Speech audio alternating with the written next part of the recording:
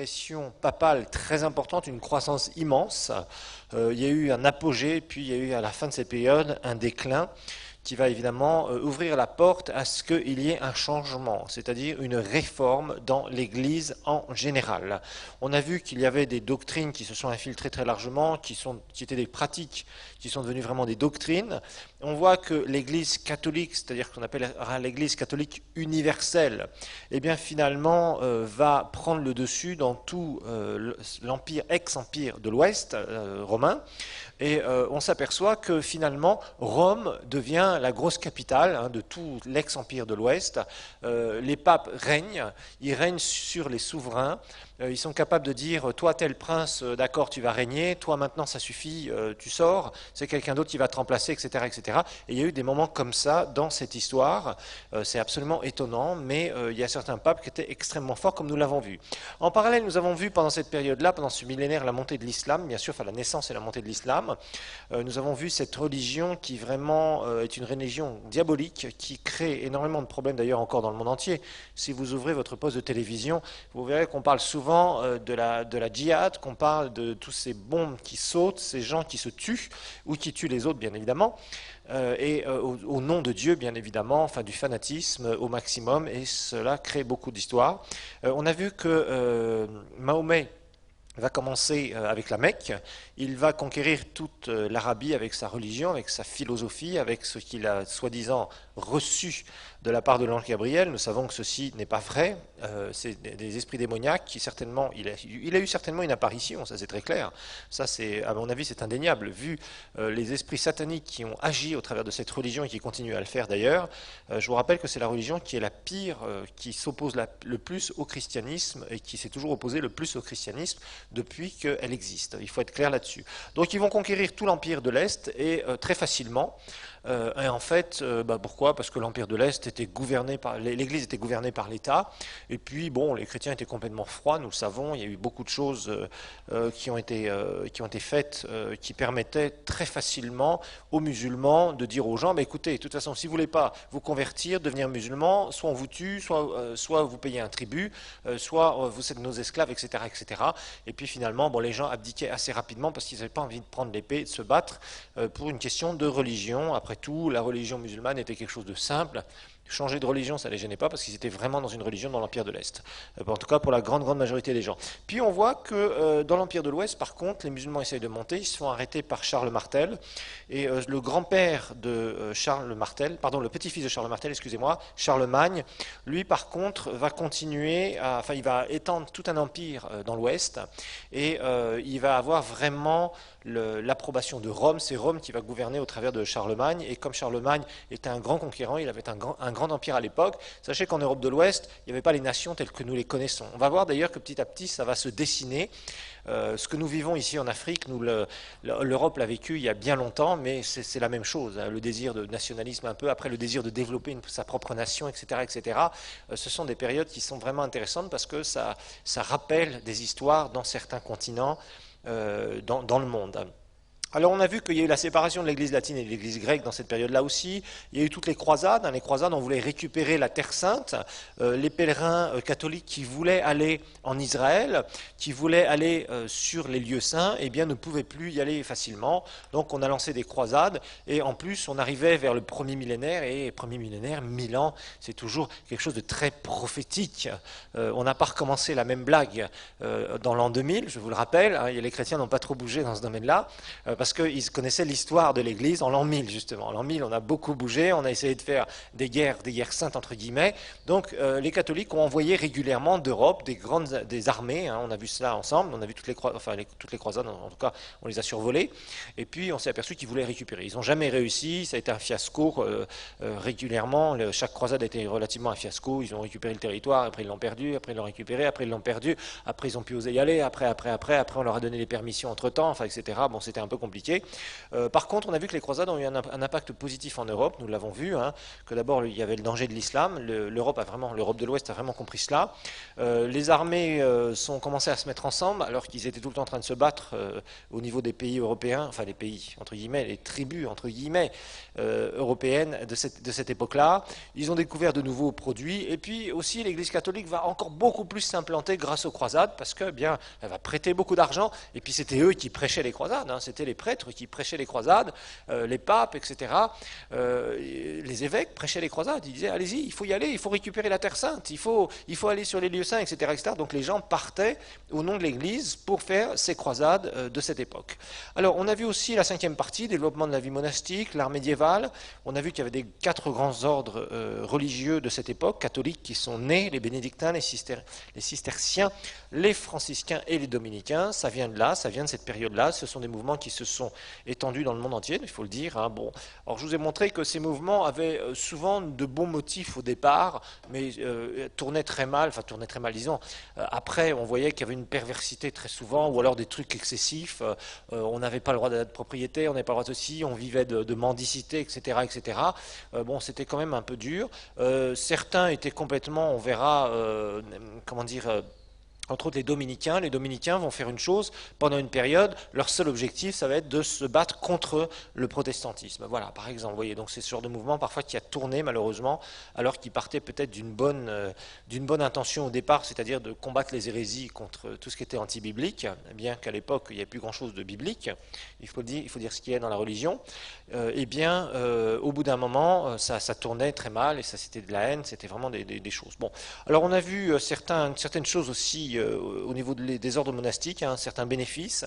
On a vu que vraiment, grâce aux ordres monastiques, eh bien, en Europe, beaucoup de gens ont eu le droit à l'éducation et ils avaient accès à l'éducation. Je vous rappelle qu'en Europe, pratiquement dans toutes les villes et tous les villages, eh bien, il y avait une église catho, hein, au milieu de la ville ou du village, et elle représentait à peu près le nombre de citoyens qu'il y avait à l'époque qui habitaient dans la ville ou le village. Et puis si la ville grandissait, soit on en construisait une autre, etc. Donc tout le monde pouvait aussi avoir accès à une certaine éducation, parce que souvent c'était le curé qui était le maître d'école. Donc il y avait l'éducation était donnée, tout était catholique. Je vous rappelle que vous naissiez catholique et vous mouriez catholique. Et vous étiez catholique de A jusqu'à Z dans toutes les cellules de votre corps. Voilà. C'était comme ça que ça fonctionnait à l'époque, tout était catholique, il n'y avait rien d'autre. Il était impossible d'avoir autre chose, et il était surtout impossible de dire je ne suis pas d'accord avec la religion catholique. Parce que si vous osiez faire ça, là vous étiez considéré comme un hérétique et vous pouviez être mis à mort. Alors il faut le dire, au milieu de ça, il y avait des gens qui pratiquaient la religion, mais il y avait aussi beaucoup de sorcellerie, beaucoup de trucs qui étaient faits bizarres, au nom de la religion, bien sûr. Hein. C'est pour ça qu'on trouve toutes sortes de superstitions et de coutumes un peu bizarres dans certains endroits, au nom de la religion, au nom de Dieu. Vous voyez, donc il y a eu beaucoup de mélanges qui ont fait beaucoup de mal, d'ailleurs, de droite et de gauche. Les mauvais fruits, nous l'avons vu, hein, c'est que les monastères étaient extrêmement influents au bout d'un moment. Il y a eu aussi l'aspect du célibat parmi les prêtres et les sœurs, ce qui a créé énormément de débauches, évidemment, au niveau du clergé. Et puis, il y a eu aussi une opulence, une luxure qui était là. Dans certaines périodes du Moyen-Âge, l'Église catho avait tellement de biens. Je vous dis, même dans Paris aujourd'hui, ils ont des hectares et des hectares, des trucs qui valent mais des fortunes. C'est colossal. Si on, par exemple, rien qu'en France, si on pouvait évaluer les biens de l'Église catholique, mais c'est encore aujourd'hui, hein, alors qu'il n'y a même pas, je crois qu'il y a 8% des Français qui vont encore à l'église catholique, quelque chose comme ça, 8 à 10%, quelque chose comme ça, qui fréquentent encore les églises. Quand j'étais gamin, à l'époque, c'était plus de 60 à 70%. En plus de 30 et quelques années, les gens ont vidé les églises, mais les propriétés sont restées. Elles sont toujours, je dirais, elles appartiennent toujours à l'église catholique. Il n'y a rien qui est vendu du patrimoine de l'église catholique. Et c'est inimaginable. Je ne sais pas si c'est comptabilisable, les biens qu'ils ont. Par exemple, juste dans un seul pays, pour vous dire. Et vous imaginez, dans tous les pays du monde, le nombre de propriétés qu'ils ont, c'est énorme. Hein. L'église catholique, franchement, a eu énormément de biens. Bon, ils ont fait il ne faut pas jeter la pierre non plus, hein, ça je vous le dis, en tout cas, ça ne sera pas moi qui fera ça. Il y a quand même des points positifs au niveau de l'Église catholique. Vous verrez dans l'histoire de la Bible, c'est grâce à eux qu'on a préservé l'Écriture, et ça, franchement, on leur doit. Et d'ailleurs, la littérature et l'histoire, tout a été, les monastères étaient vraiment des endroits de préservation absolument extraordinaires. On a retrouvé des écrits, des livres, des choses qui datent, mais de siècles et de siècles, vraiment extrêmement anciens.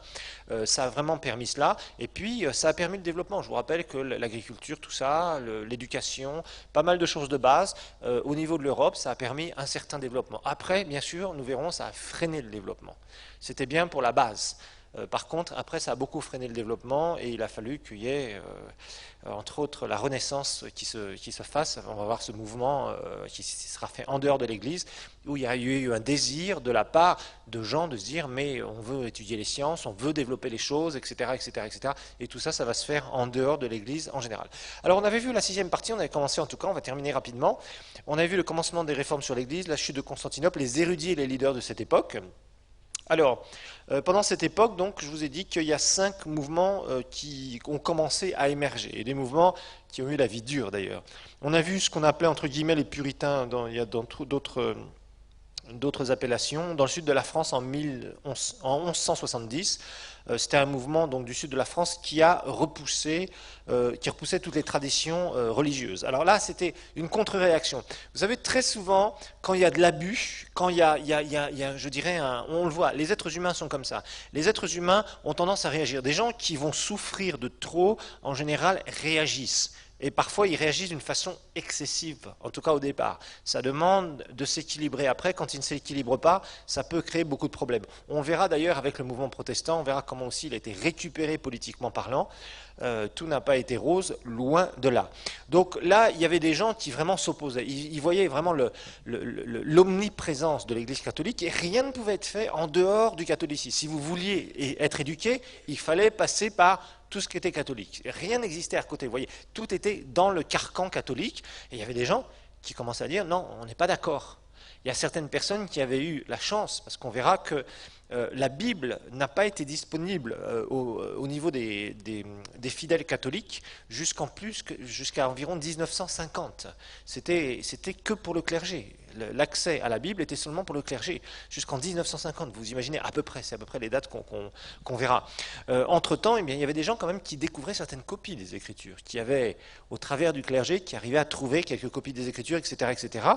Là, on a vu que ce qu'on a appelé les puritains, on voit qu'eux, bon, ils repoussent tout, purgatoire, adoration des images, les privilèges autoproclamés des prêtres, et ils vont faire circuler librement, alors librement, le Nouveau Testament, c'était des copies à la main, c'était des manuscrits, on copiait à la main à l'époque. Ils ont rejeté l'Ancien Testament et ils ont été exterminés. Ces gens-là ont été carrément exterminés en 1208. Alors, deuxième groupe maintenant, c'est les Valdéciens avec un W, W-A-L, les Valdéciens, W-A-L-D-E-N, les Valdéciens, W-A-L-D-E-N-S-I-E-N-S, Valdéciens. Alors les Valdéciens, c'était les suiveurs d'un certain Pierre Valdo. Pierre Valdo, en 1170. Et c'était des mouvements qui étaient en même temps que les puritains. 1170, Pierre Valdo, il était à Lyon en France.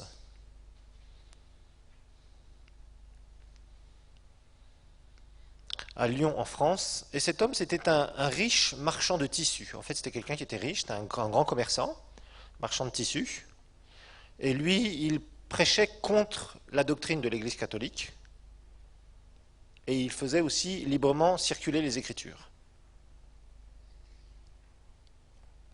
Donc il va prêcher ouvertement contre. D'ailleurs c'est toujours une erreur. Il ne faut jamais prêcher contre, il faut prêcher la vérité, c'est tout. C'est ça qui est important. Si vous commencez à prêcher contre, c'est là où vous aurez beaucoup plus de problèmes. Dieu ne nous appelle pas à nous battre contre telle ou telle personne, contre tel ou tel mouvement ouvertement pour prêcher contre. Dieu nous appelle à déclarer la vérité. Quand les gens sont dans la vérité, c'est là où on peut les enseigner, leur dire voilà où se trouve la vérité, voilà où sont les erreurs, etc., une fois qu'ils ont reçu Jésus. Mais quand vous commencez à prêcher contre, vous vous faites des ennemis directement, vous voyez. Et ça, c'est pas bon. C'est jamais une bonne méthode d'évangélisation. Mais bon, c'était des gens qui n'avaient pas d'histoire. Derrière eux, il n'y avait pas d'histoire pour leur dire. Nous avons l'histoire pour nous dire ça. Mais derrière eux, ils n'avaient pas d'histoire. Donc vous voyez, c'est des erreurs. Et eux-mêmes, donc c'est les adeptes de Pierre Valdo, donc ils vont être persécutés, ils vont être chassés de France.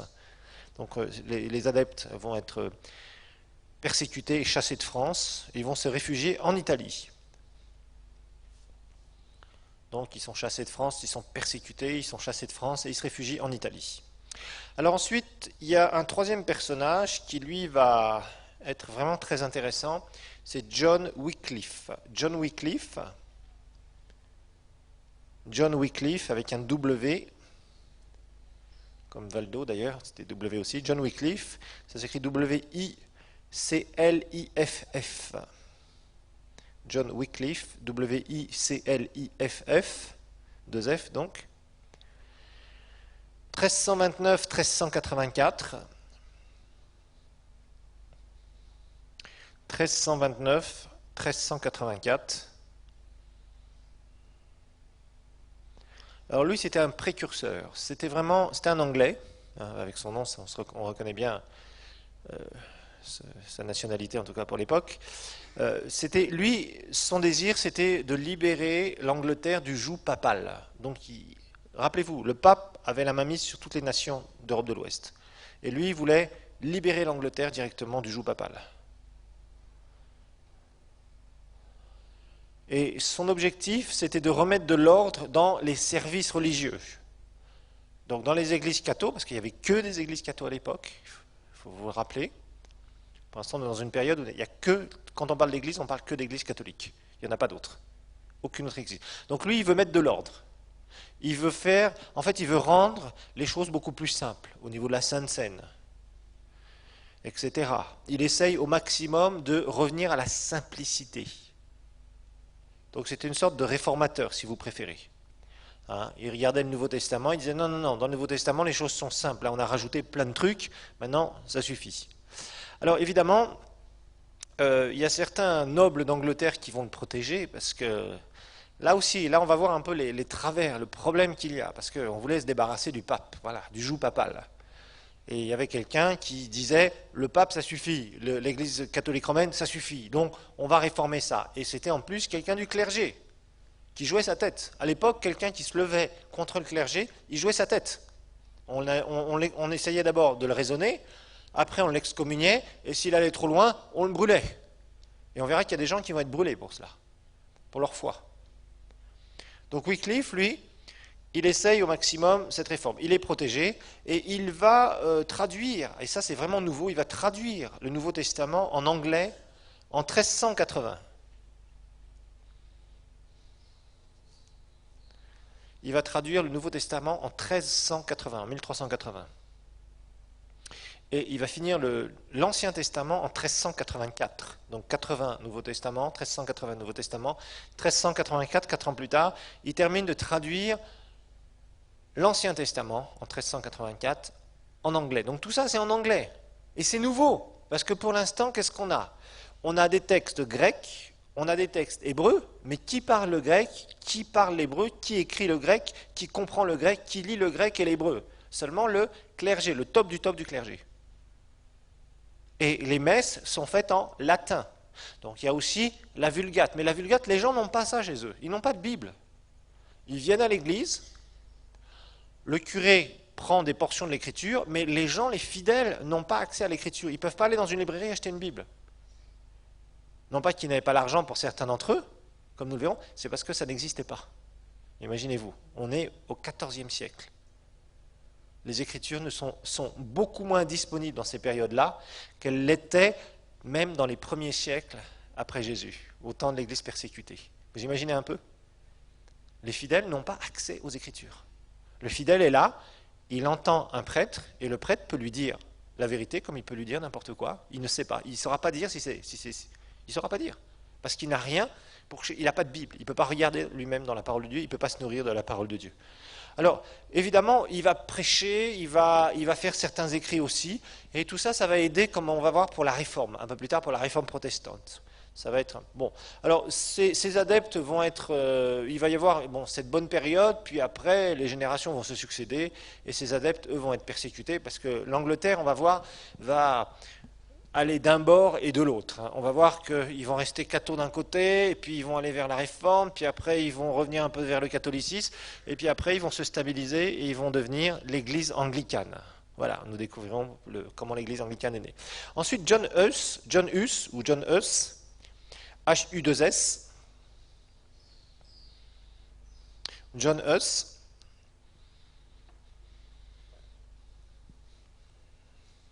(1369-1415), et lui il était en Bohême, c'est-à-dire l'actuelle République tchèque, Tchécoslovaquie.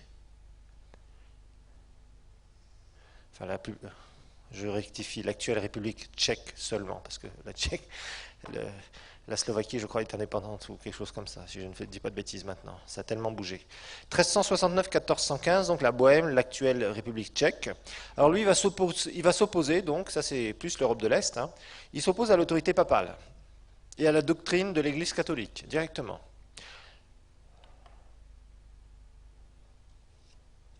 Alors c'était des gens du clergé, ça, hein, c'était des gens du clergé. Hein. Attention, hein. Donc lui, il a lu les écrits de Wycliffe. Donc Wycliffe, on l'a vu juste un peu avant, c'est anglais. Mais il n'était pas dans les mêmes conditions. Il n'a pas été protégé, lui, John Huss. Il était recteur de l'université de Prague et il a été excommunié de l'Église catholique, bien sûr. Et puis, un peu plus tard, il a été brûlé, immolé par le feu. Ah oui, on l'a tué. Il a dit, tu as fait ça, tu es excommunié, tu es un hérétique. Et à l'époque, on brûlait les gens. Hein. On les attachait à un poteau, dans des endroits publics, on mettait du bois et on les brûlait. Et les gens jetaient des pierres, criaient, hérétiques, etc., etc., devant tout le monde. Hein. C'était le sort qui était réservé à ceux qui osaient s'opposer à l'Église catholique. Et il y en a plus d'un qui a payé de sa vie. Alors, c'est vrai qu'il est mort comme ça, mais il a inspiré des gens. Il a inspiré des gens pour être hardis, pour avoir de la hardiesse et pour dire, oui, il y a quelque chose à changer et on va le changer. Et il y en a d'autres qui paieront du prix de leur vie.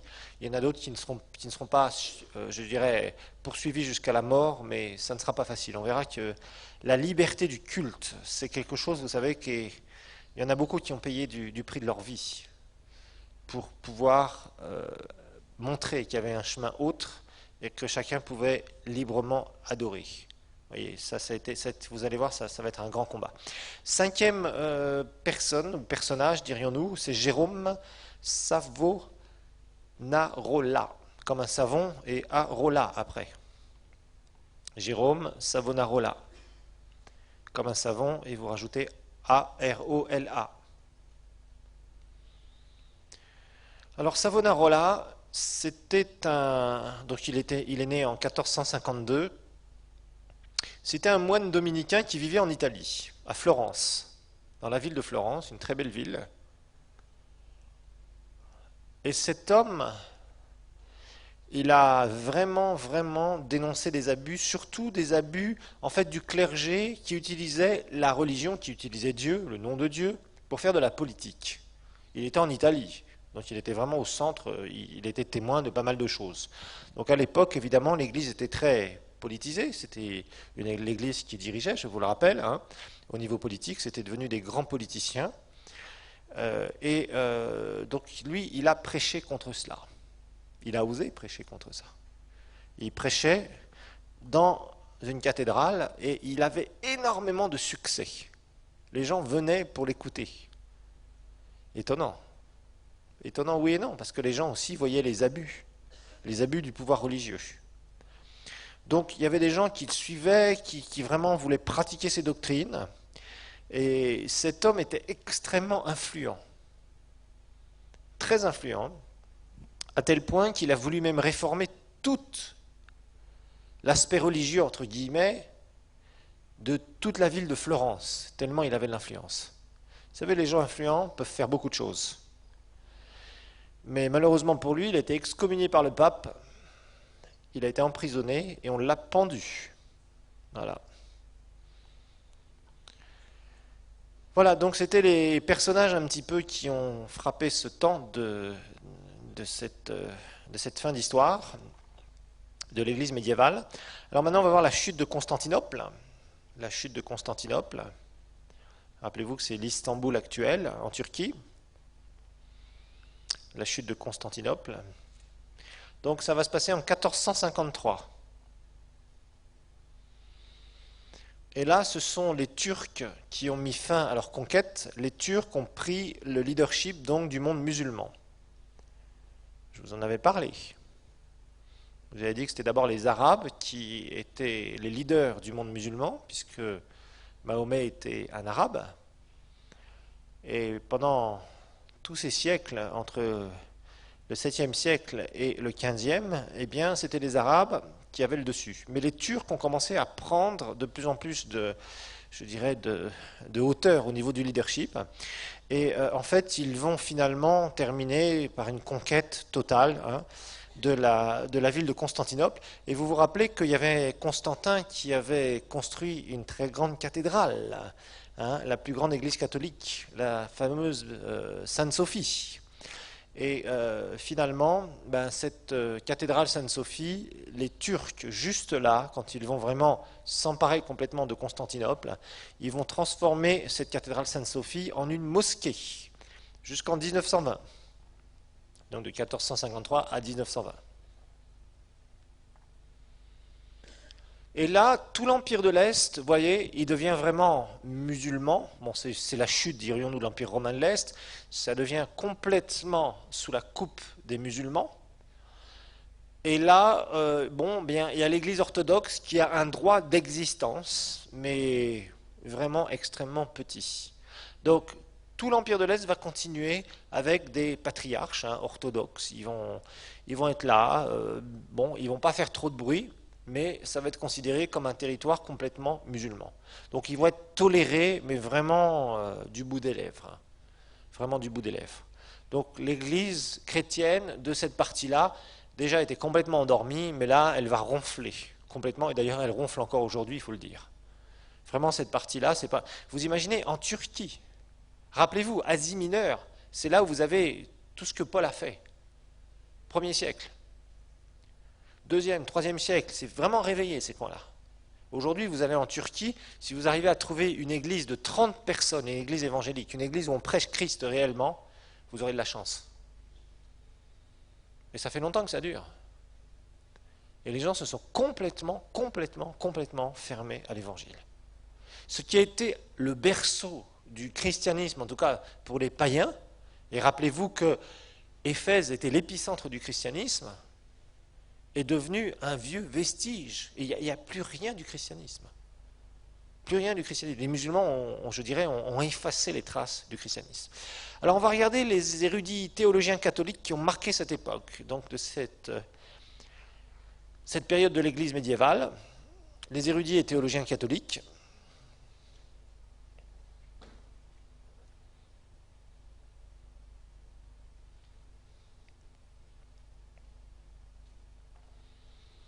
Les érudits et les théologiens catholiques.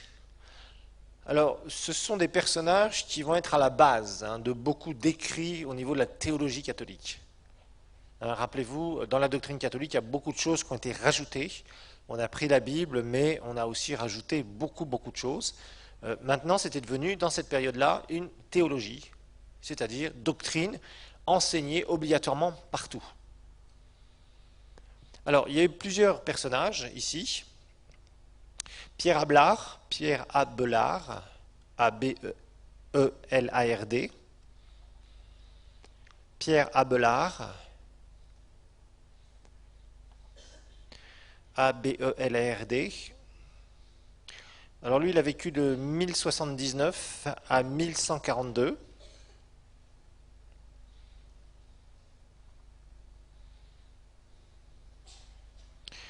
C'était un moine français qui a été le promoteur de l'université. Moine français qui fut le promoteur de l'université de Paris Et en fait, cette université de Paris a donné naissance aux universités européennes, qui ont donné après naissance aux universités américaines, qui ont donné naissance à toutes les universités du monde. Parmi les cathos, il y a eu de grosses têtes, hein, vraiment de grands penseurs, entre guillemets, mais beaucoup de philosophes aussi, il faut le dire. Donc il y avait un peu de tout. Il y avait quand même des très grosses têtes.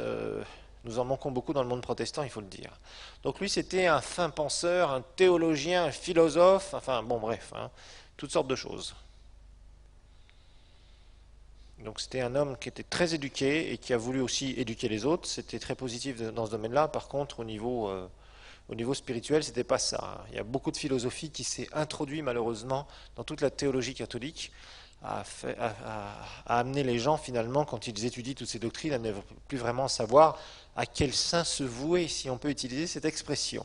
Alors bon, il va avoir un petit problème, il va se marier en secret avec une certaine Héloïse, il va être contraint à la séparation, il va terminer moine, et lui, elle va terminer abbesse. Voilà, donc les histoires qu'il a eues dans sa vie personnelle.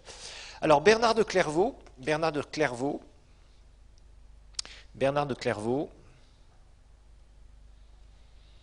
c'est un deuxième personnage.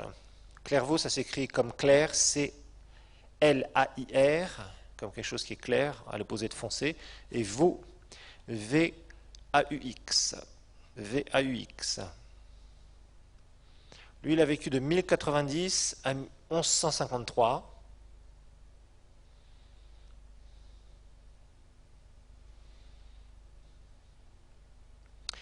« 1090 à 1153 ». C'était un homme qui venait d'une famille noble française. Les Français ont fait énormément de choses dans cette période de l'Église médiévale. Les Français ont joué un rôle clé avec les Italiens, mais les Français ont joué vraiment un rôle clé. Nous l'avons vu d'ailleurs qu'ils ont même déplacé le siège de la papauté pendant une période. Donc, noble français, donc, il va créer l'ordre des Bernardins. Ordre des Bernardins. Donc c'est un ordre qui va se répandre, un ordre religieux. Il va prêcher la deuxième croisade. Et apparemment, cet homme faisait des expériences avec Dieu. Apparemment, c'était quelqu'un qui était assez spirituel, parce que d'abord, il s'est opposé. Les catholiques ont beaucoup persécuté les juifs, ça il faut que vous le sachiez. En tout cas en Europe de l'Ouest, c'est étonnant, mais en Europe de l'Ouest, les catholiques ont beaucoup persécuté les juifs. Rappelez-vous, la nation juive n'existait plus en tant que nation depuis 70 après Jésus. Et là, les Juifs étaient dans toute une diaspora. Ils étaient dispersés un peu partout. Et en Europe de l'Ouest, eh bien, bon, il y avait des Juifs qui étaient prospères, mais bon, ils gardaient la loi. Et en fait, l'excuse des catholiques pour persécuter, mais vraiment méchamment, c'était très discret, très vicieux. Ils ont beaucoup persécuté les Juifs, mais pas une persécution ouverte. L'excuse, c'est eux qui ont crucifié notre Seigneur. C'était une des grandes excuses qu'ils ont utilisées pour faire du mal aux Juifs. Ah oui, et l'Église catholique a été très très dure vis-à-vis des Juifs. Et Bernard de Clairvaux s'y est d'ailleurs opposé très sérieusement. Très sérieusement. Même Luther, le réformateur, comme nous allons le voir, il a vraiment reconnu. Pourtant, Luther était à l'origine du mouvement protestant, hein, on va voir. Il a reconnu en Bernard de Clairvaux de quelqu'un quand même qui avait des valeurs spirituelles importantes. Le dernier qu'on va voir, c'est Thomas d'Aquin. Thomas d'Aquin, certains vous avez entendu Saint Thomas d'Aquin, 1225 à 1274.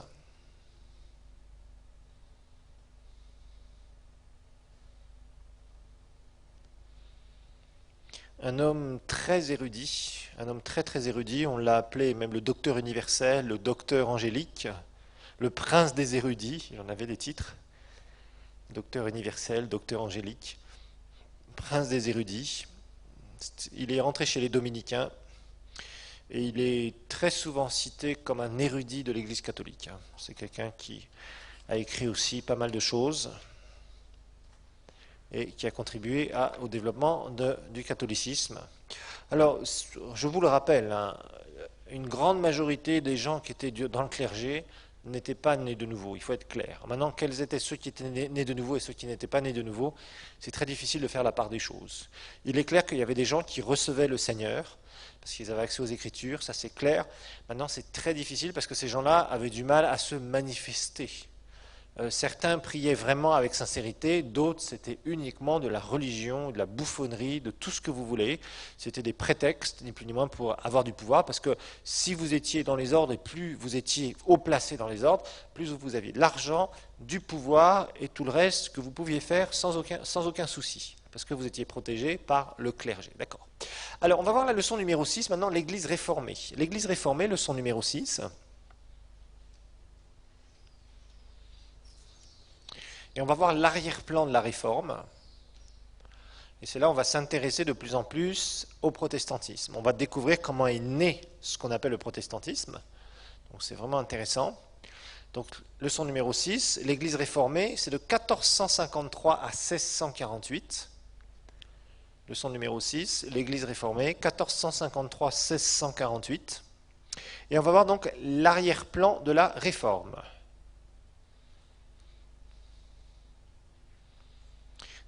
1453-1648. Donc c'est une période qui va durer à peu près 200 ans, donc arrière-plan de la réforme. Donc c'est une période qui va durer à peu près 200 ans. Et on va voir que la réforme va naître en Allemagne, et puis elle va se propager au nord et à l'ouest de l'Europe. Et puis on va voir un petit peu, il y a certains pays qui vont s'ouvrir à la réforme, on va voir aussi comment elle a été récupérée en partie politiquement, comment on s'est opposé à la réforme, etc., etc., etc. C'est pour ça qu'il faut être... L'histoire nous enseigne, je vous rappelle, nous sommes là pour étudier l'histoire de l'Église, non pas pour dire voilà les méchants, voilà les gentils, voilà ceux qui auraient pu être gentils mais qui étaient méchants, voilà ceux qui étaient méchants et qui auraient pu être gentils. Non, ce n'est pas notre objectif. Notre objectif, c'est de savoir qu'est-ce qui s'est passé, pourquoi ça s'est passé, et éviter de retomber dans le même genre de travers.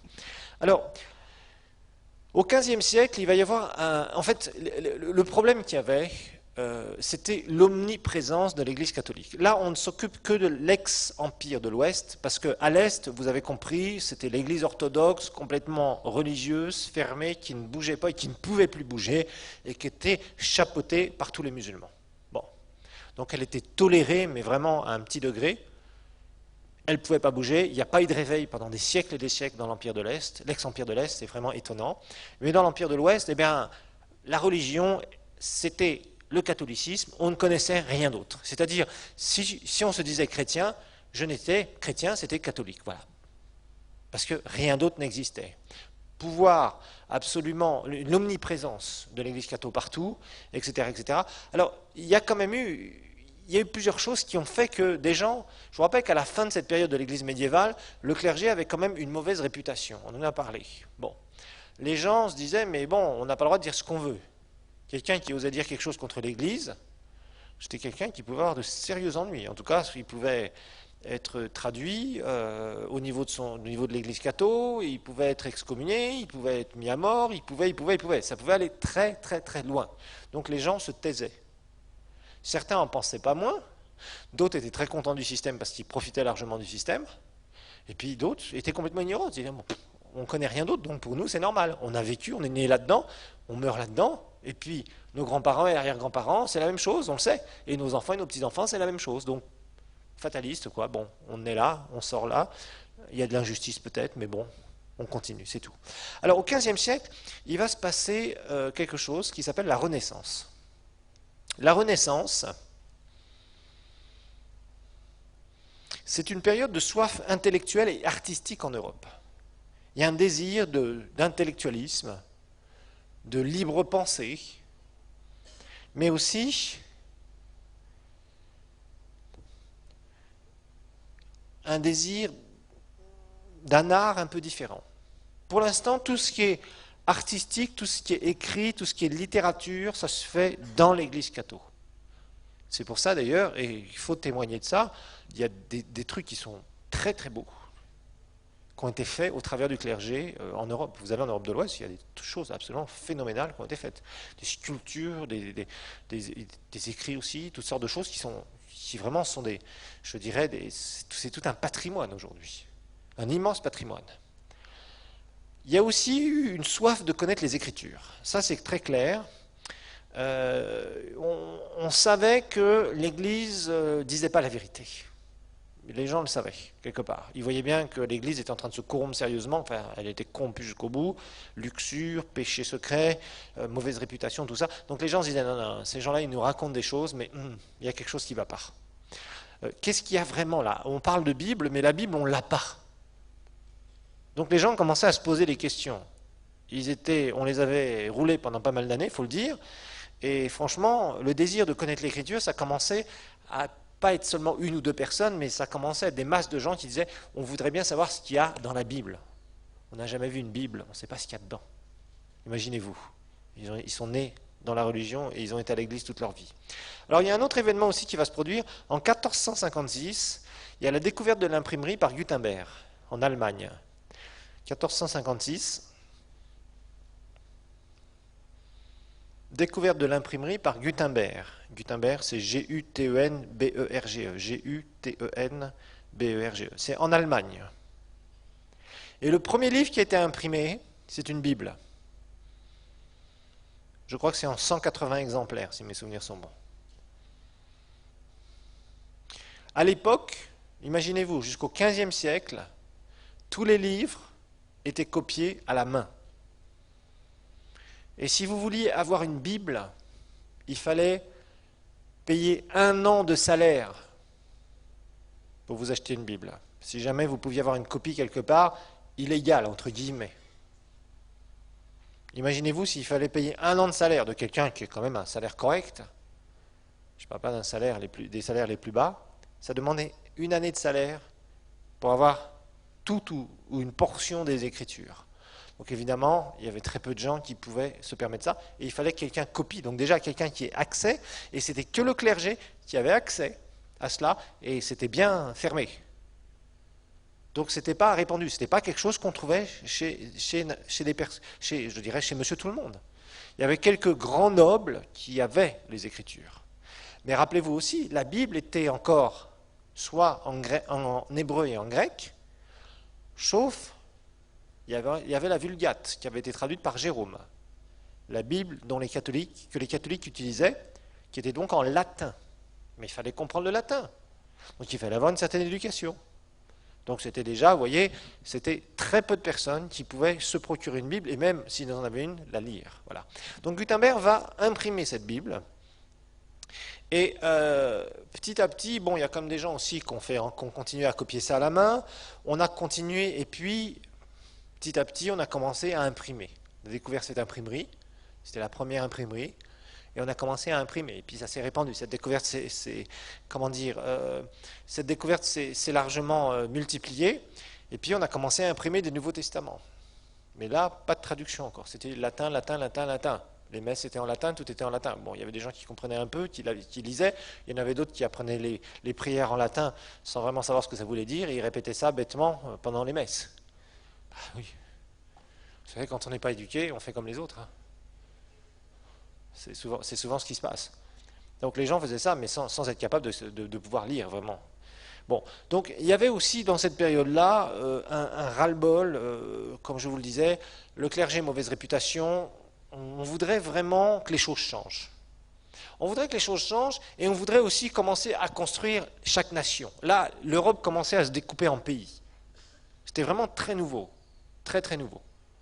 L'aspect des pays, des frontières, tout ça, c'est pas venu du jour au lendemain. Les gens, les peuplades se conquéraient les unes les autres pendant des siècles et des siècles. Ça a duré comme ça. L'aspect des nations, des pays tels que nous les connaissons aujourd'hui, même l'Afrique a été découpée il n'y a pas si longtemps que ça. Et on a fait des territoires, puis maintenant il y a quelques disputes, vous voyez, à certaines frontières. On se dispute une île, on se dispute un petit morceau de territoire, etc. Parce qu'on commence à prendre conscience du fait qu'il faut un territoire et que ce soit bien défini. Et qu'on contrôle ce territoire. Et là, en Europe, au XVIe siècle, c'est ce qui a commencé à se faire. 15e, 16e siècle, c'est là où on a commencé à se dire, bon, on a une nation, ça y est, maintenant ça va, il n'y a plus de guerre, on n'est plus en train de se battre les uns les autres de partout, on n'a plus tel groupe qui va venir nous envahir, ou tel barbare, ça y est, ça c'est fini, ça c'est déjà bien établi. L'Église catholique a aidé à cela, il faut le dire, à ce que ce soit beaucoup plus stable, beaucoup plus paisible. Bon, donc on a ce désir de construire une propre nation. Mais le problème, c'est que pour l'instant, toutes les nations sont sous le couvert de qui? Rome. Rome gouverne, Rome gouverne, Rome gouverne partout. Donc c'est difficile de vouloir construire, avoir une certaine indépendance si on doit dépendre du pape. Donc là, il y avait un désir quand même aussi de se débarrasser de ce joug papal. Nous l'avons vu dans l'Église médiévale, il y a eu plusieurs tentatives, ça n'a pas été facile. Certains souverains qui se sont rebellés contre le pape, et certains ont réussi en partie, d'autres, ça leur a coûté cher. Mais là, c'était trop général. Là, on commençait à dire, maintenant, ça suffit. Alors, première partie, maintenant, on va voir la réforme en Allemagne. La réforme en Allemagne.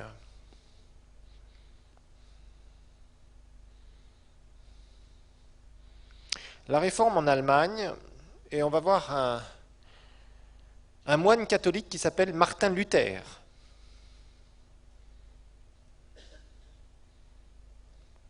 Martin Luther, donc il était à Wittenberg en Allemagne, avec un W et deux T, Wittenberg, W-I-T-E-N-B-E-R-G,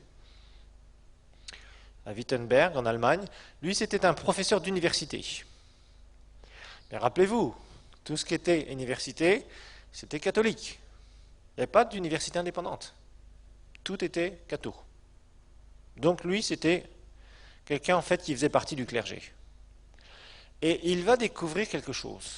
En lisant l'Écriture, il va vraiment découvrir que la justification, c'est par la foi. Donc particulièrement l'Épître aux Romains. L'Épître aux Romains va énormément le toucher. La justification par la foi. Je ne peux pas gagner par mes œuvres, donc je ne suis pas sauvé par la foi, je suis gratuitement justifié. C'est la grâce. Et là, ça a été une révélation. Il a combattu ses doutes. Le diable a vraiment, dans les écrits qu'il raconte, qu'il fait, donc il montre ses doutes qu'il a, etc. Parce qu'il y avait toute une institution, toute une influence sur ses façons de penser. Tout ce qu'il avait appris depuis qu'il était petit. Et d'un seul coup, il découvre quelque chose. Et c'est un immense combat pour lui. Parce que le diable savait qu'il y avait quelque chose qui allait se déclencher là. Et effectivement, il y a quelque chose qui va se déclencher. Donc lui, il va vraiment découvrir ce salut par la grâce. Et il va faire une expérience de salut personnel. Mais vraiment. Il va recevoir Jésus comme sauveur personnel par la grâce et par la foi. Et là, il va se dire, en fait, il va réaliser, on va dire, mais on nous a menti. On nous a dit qu'on pouvait être sauvé par les œuvres. On nous a dit qu'il y avait un purgatoire et qu'il fallait qu'on attende afin de purger une peine, entre guillemets, avant d'aller au ciel, etc., etc. Et là, Luther a cherché dans l'Écriture, il a commencé à découvrir de plus en plus, il s'est dit, c'est pas possible. Et puis, il va y avoir un événement qui va révolter Luther. Cet événement, c'est avec le pape Léon X. Le pape Léon X, alors rappelez-vous, période très opulente de l'Église catholique, il voulait faire la basilique Saint-Pierre de Rome. Et évidemment, si vous voyez la basilique Saint-Pierre de Rome, c'est un truc gigantesque qui coûtait une fortune. Qui payait? Les fidèles. Les fidèles italiens, en partie, on allait chercher de l'argent partout, dans tout l'empire catholique. Partout, il y avait des églises catholiques. Et alors, il va faire circuler, donc ce pape, des certificats qu'il va appeler vente des indulgences. On va voir ce que c'est, vente des indulgences. En fait, c'était des certificats. Aujourd'hui, on appellerait ça presque des bons du trésor. C'était des certificats que les gens achetaient, signés du pape. Certificat, pouf. Si vous donniez de l'argent pour la construction de la basilique. Et si vous faisiez ça, alors, il y avait une garantie de quelque chose.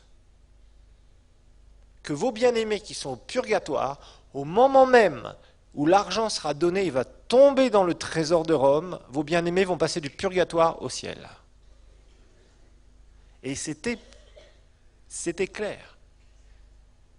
Voilà ce qui avait été promulgué par le pape. Alors évidemment, le Martin Luther, là, il s'est fâché. Il a dit, là, c'est la goutte qui fait déborder le vase. Il s'est révolté.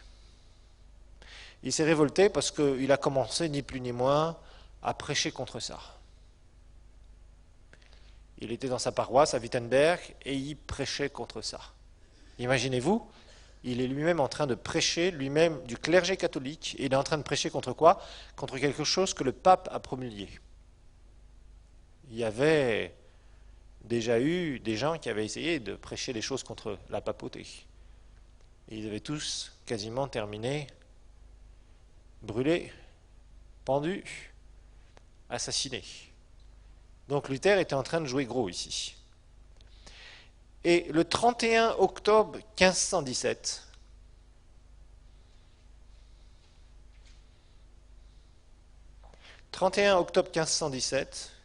il va clouer un parchemin sur la cathédrale de Wittenberg.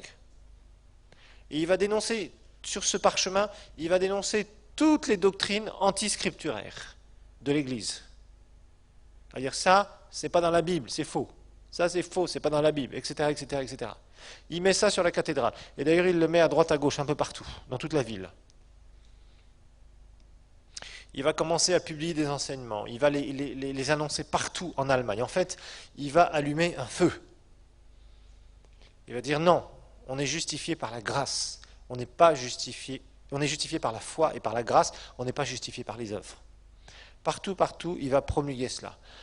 Alors évidemment, 3 ans plus tard, il va être excommunié par le pape. Il va passer devant un tribunal religieux. Et je crois qu'il n'y a pas été, si mes souvenirs sont bons, je ne suis plus sûr. Et il va être excommunié. Et à l'époque, le pape, il y avait un document qu'on appelait la bulle du pape, qui excommuniait telle ou telle personne. Lui-même, Luther l'a pris et l'a brûlé publiquement. Il a brûlé son excommunication. Parce qu'il était fort, Luther. Waouh, il était fort. Alors évidemment, on a essayé d'abord la diplomatie. On a dit, ils ont essayé de le convoquer, ils ont été le voir, enfin, etc. Ils ont fait à la burundaise. Et puis petit à petit, on a essayé de convaincre Luther de revenir sur sa folie. Vous voyez ce que je veux dire? Et Luther n'est pas revenu sur sa folie, entre guillemets, sa folie. Luther a continué dans son chemin parce qu'il savait que c'était la vérité. Mais il savait aussi qu'il jouait gros. Très gros. Et puis, Dieu aidant, il a été protégé par un prince allemand. On verra en fait que tous ceux qui n'ont pas été protégés par des gens d'influence, ils sont morts. Voilà. En général, c'est à peu près ce que pendant les persécutions, c'est à peu près ce qui se passe. Donc il va être protégé par un prince allemand qui s'appelle Frédéric de Saxe. Et là, il va traduire le Nouveau Testament et l'Ancien Testament en allemand. Donc il va vivre dans le château de Frédéric de Saxe, la Saxe étant une province d'Allemagne. Et Frédéric de Saxe était un prince donc très riche, élevé en dignité, qui l'a complètement protégé dans toute une province qui était très riche d'Allemagne. Et finalement, Luther a pu être à l'abri et il s'est mis à son ouvrage, c'est-à-dire la traduction. Vous voyez là encore, le désir de ces hommes qui jouaient, enfin qui mettaient en danger leur vie pour que finalement le peuple puisse avoir accès à quoi? À l'écriture. On va voir que ça va être un gros combat, l'accès à la parole de Dieu. Ça va être un immense combat, vous imaginez? Alors que théoriquement, on était dans des territoires dits chrétiens. Et personne n'avait accès à la Bible, sauf le top du clergé. C'est phénoménal, mais ça a duré des siècles. C'était vraiment des ténèbres qui ont empêché les gens de voir. On écoutait simplement ce qu'on disait. Alors là, l'Allemagne va se diviser, imaginez-vous, l'Allemagne va se diviser. Au nord, il y avait les suiveurs de Luther, et ils vont suivre la réforme. L'Allemagne se divise en deux, la réforme dans le nord, ils suivent Luther, et dans le sud, l'autre moitié sud de l'Allemagne, ils vont suivre Rome et le catholicisme.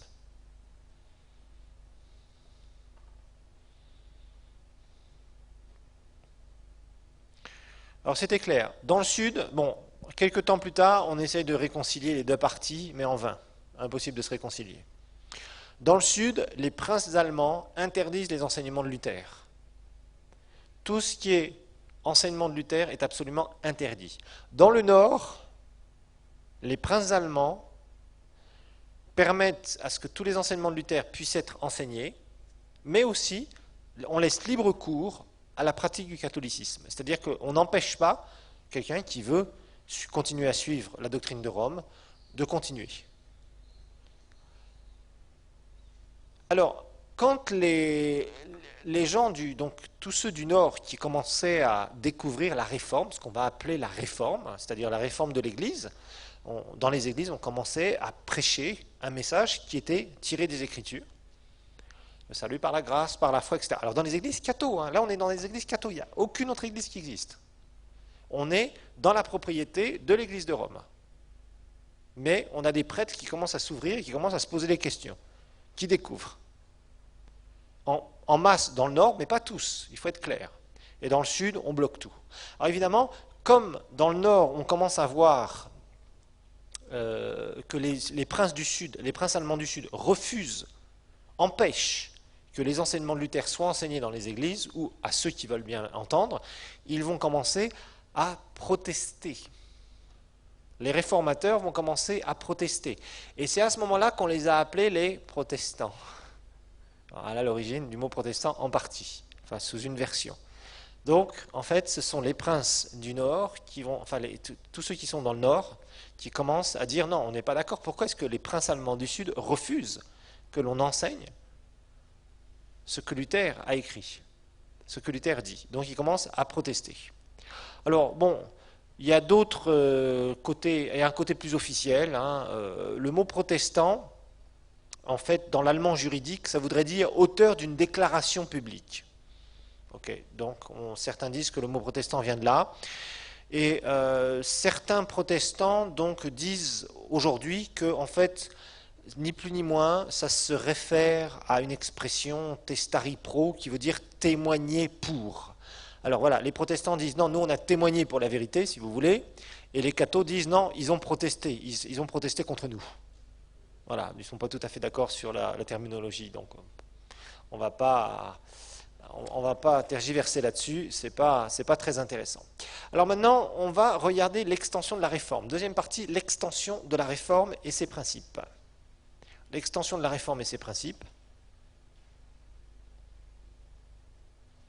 Et là, on va voir que, suivant les pays, les choses vont être complètement différentes. Franchement, il n'y a aucun pays qui va accepter la réforme de la même façon. En fait, on verra que plus on est au nord, plus des nations entières vont accepter la réforme. Plus on descendra vers le sud, plus les cathos vont empêcher la réforme jusqu'à persécuter, jusqu'à même tuer les réformateurs, comme on va le voir. Plus c'est le nord de l'Europe, plus c'est ouvert, plus c'est le sud, plus on se rapproche de l'Italie, les pays proches de l'Italie, plus ça va être difficile.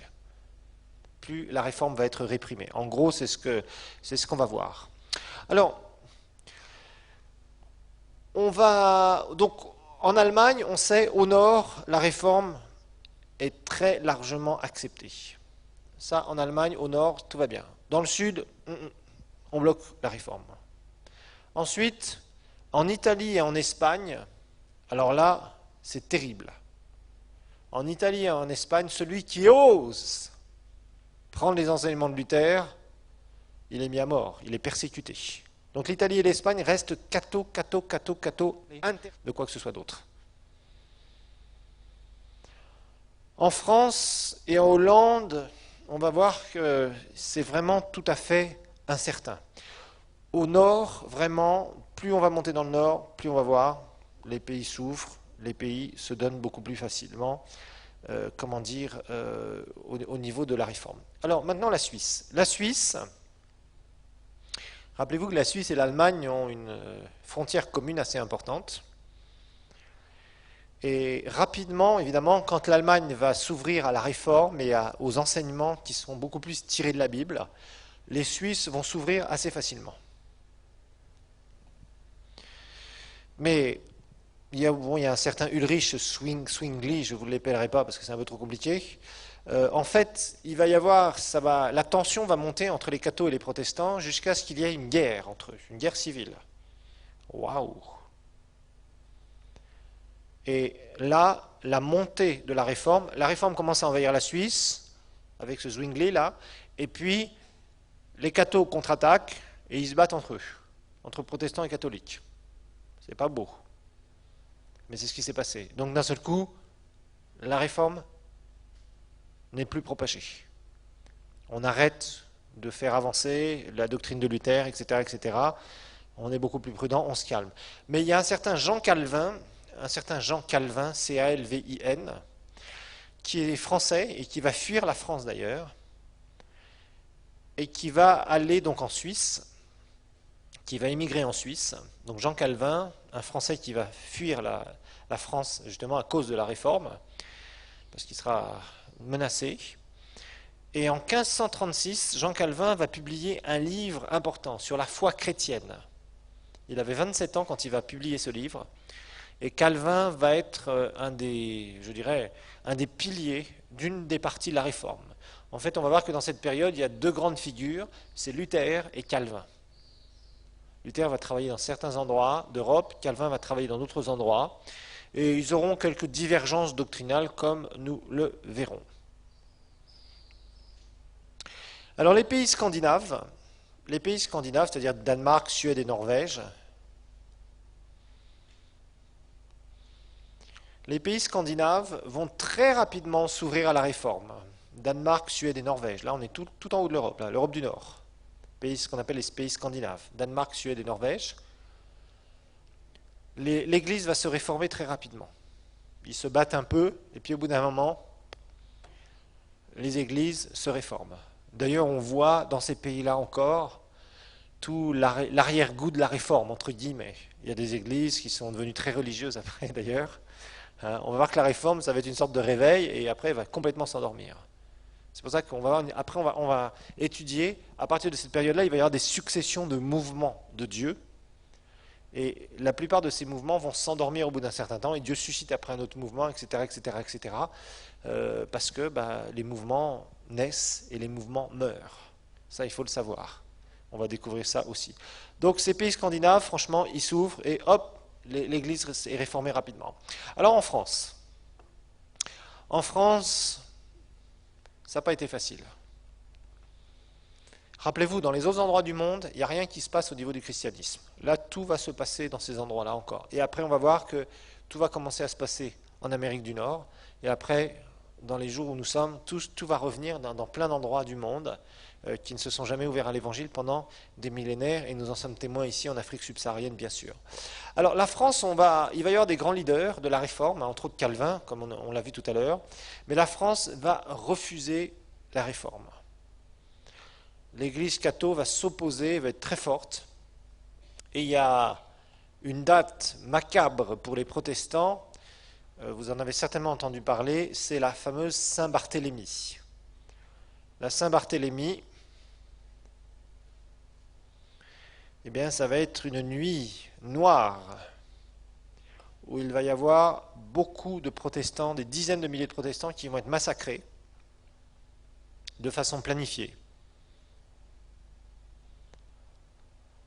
Parce que le pouvoir avait peur, et particulièrement les cardinaux avaient très peur. Parce qu'il y avait un certain Henri IV.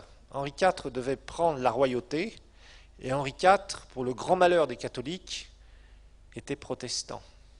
Donc le futur roi de France risquait d'être protestant. Et ils ont réussi à le convaincre et à lui faire renier sa foi. Alors c'est pour ça qu'il faut être très prudent dans tout ce qu'on va parler au niveau de la réforme, parce qu'il va y avoir la politique qui va s'en mêler. Rappelez-vous qu'il y avait des gens qui avaient soif, mais il y avait aussi des gens qui voulaient se séparer du joug de Rome. Et un certain nombre de gens qui avaient un pouvoir important voulaient se séparer du joug de Rome. Et ils vont utiliser la réforme, voyant qu'il y avait beaucoup de gens qui s'intéressaient dans le domaine, entre guillemets, religieux, il y a un certain nombre de nobles, entre autres français, qui vont énormément s'intéresser, qui vont se donner au Seigneur, certains d'entre eux, d'autres qui ne vont pas se donner au Seigneur, qui vont simplement s'intégrer dans un mouvement qui finalement est un mouvement qui s'oppose à quoi? Au catholicisme. Et s'il s'oppose au catholicisme, il s'oppose au pouvoir papal, donc au pouvoir politique de Rome. Voyez? Et ça, par contre, c'est le côté très vicieux de la récupération politique de la réforme. Donc là, par exemple, on a tout à fait un exemple. Le futur roi Henri IV, on lui fait renier sa foi. On lui dit, tu ne peux pas accéder au trône si tu es protestant. C'est pas possible. Et ils ont fait d'immenses pressions sur lui. Il a refusé. Par contre, il va signer un édit, donc un document officiel, une loi, qu'on appellera l'édit de Nantes, de la ville de Nantes, en 1598. En 1598. C'était un édit de tolérance. Vous vous rappelez de l'édit de Constantin? Ben là encore, on a un édit de tolérance qu'Henri IV fait signe, donc l'édit de Nantes, en 1598. Et en fait, le roi donnait un statut aux protestants, un statut légal. Parce que vous savez, tant qu'il n'y a pas de statut légal quelque part, rappelez-vous avec Rome, quand Jérusalem est détruite en 70, rappelez-vous, nous l'avons vu, les chrétiens sont vus comme quoi? Ben, on ne sait pas qui ils sont finalement. Tant qu'il y avait les juifs qui étaient là, le christianisme était vu comme une branche du judaïsme. Parce que rappelez-vous qu'il y avait d'abord beaucoup de juifs qui se sont convertis, et après, il y a eu un effet de balance où les païens, les gens d'origine païenne, se sont donnés au Seigneur. Et l'Église est devenue plus de souches païennes que de souches juives. Nous l'avons étudié ensemble. Et là, ici, on a ce problème, c'est que tant que l'Église protestante n'est pas légalisée, si jamais des gens se réunissent et qu'ils parlent contre l'Église catho, c'est un délit. Donc l'édit de Nantes mettait un terme à cela, ce qui a mis un peu de calme.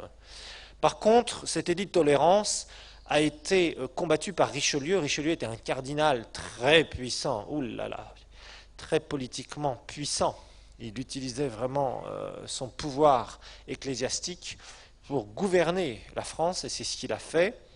Et finalement, Louis XIV, un autre roi français, Louis XIV, en 1685, donc un peu moins d'un siècle plus tard, a réussi à révoquer l'édit de Nantes. En 1685, Louis XIV va révoquer, c'est-à-dire qu'il va annuler l'édit de Nantes. C'est-à-dire que le protestantisme redevient encore quelque chose d'illégal. Ah oui, c'était pas simple. Vous savez, la liberté du culte, je tiens à vous dire. Et les États-Unis, rapidement, quand ils vont faire leur constitution, c'est une des premières choses, je crois que c'est le premier amendement, le premier article de leur constitution, ou un des premiers, parle de la liberté du culte.